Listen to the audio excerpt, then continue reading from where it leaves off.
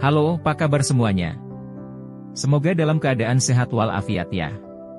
Pada pertemuan kali ini kita akan membahas tentang File Hopper dan Load Balance, konfigurasi File Hopper. Pada pertemuan sebelumnya kita sudah menambahkan default route pada router customer beserta dengan PC-PC kliennya dan juga bisa melakukan internetan. Artinya di sini kita sudah berhasil setting topologi, sehingga kita sudah siap pada pembelajaran File Hopper dan Load Balance.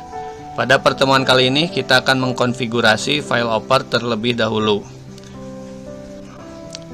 Pada topologi terlihat di mana ketika kita memiliki satu router yang bertindak sebagai customer, kemudian router tersebut memiliki dua jalur ke internet.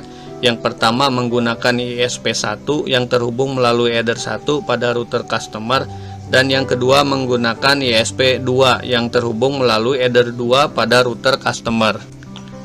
Nah, kemudian untuk File Hopper ini bisa menggunakan pada salah satu jalur ISP tersebut. Apabila misal kita menggunakan jalur ISP1, maka ISP2 akan menjadi backup, sehingga ISP1 apabila mengalami down, maka ISP2 akan menjadi backupan. Begitupun sebaliknya. Kemudian mari kita ke MikroTik customer. Pada router MikroTik customer di sini pada route list kita bisa lihat di situ bisa kita lihat jalur yang sedang aktif adalah jalur menuju ke ISP ke-1. Kemudian kita coba aktifkan jalur ISP kedua.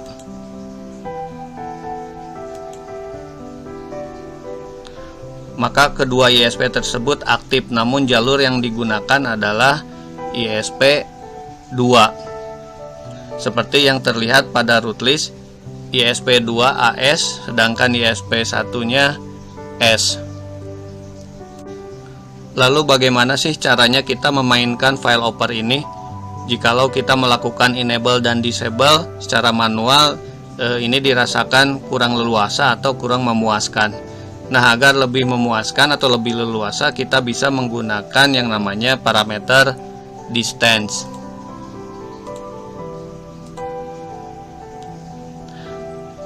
Nah, parameter distance ini adalah untuk mendeskripsikan nilai parameter routing yang diprioritaskan. Jadi semakin besar nilai distance, maka semakin tidak diprioritaskan.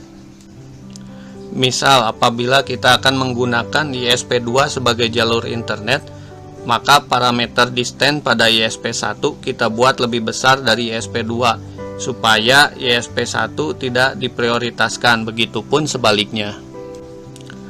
Mari kita lihat di route list jalur yang sedang digunakan, yaitu jalur ISP2.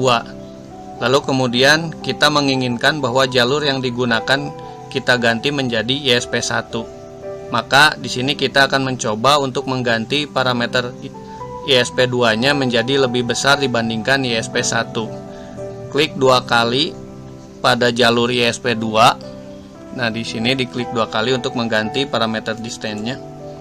Kemudian untuk parameter distance-nya kita perbesar angkanya menjadi misalnya di sini 10. Kemudian klik apply. Klik OK.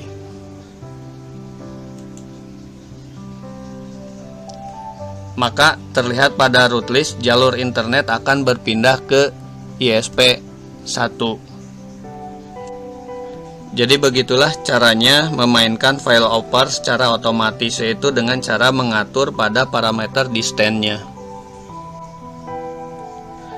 Misal ada satu kasus di mana header 2 pada router customer terputus atau didisablekan, maka nanti jalur internet otomatis akan berpindah pada ISP1. Kita ke router MikroTik customer. Nah, pada route list terlihat bahwa internet ini melalui jalur ISP2 pada header 2 ya. Nah, kemudian misal ada satu kasus di mana header 2 ini kabelnya terputus atau didisablekan, maka nanti jalurnya akan berubah secara otomatis ke ISP ke 1. Kita coba ya header 2 nya kita disablekan. Maka kita lihat apa yang terjadi pada root list. Nah, kemudian jalur internet akan berubah menjadi ke ISP1. Nah, sekarang jalur internet yang digunakan menjadi ISP1. Nah, kita coba untuk header 2-nya kita aktifkan kembali. Maka jalur internetnya akan berubah kembali menjadi ke ISP2. Nah, akan berubah kembali menjadi jalur internetnya ke ISP2 karena untuk parameter distance ISP1 itu lebih besar daripada ISP2. Maka akan berpindah secara otomatis.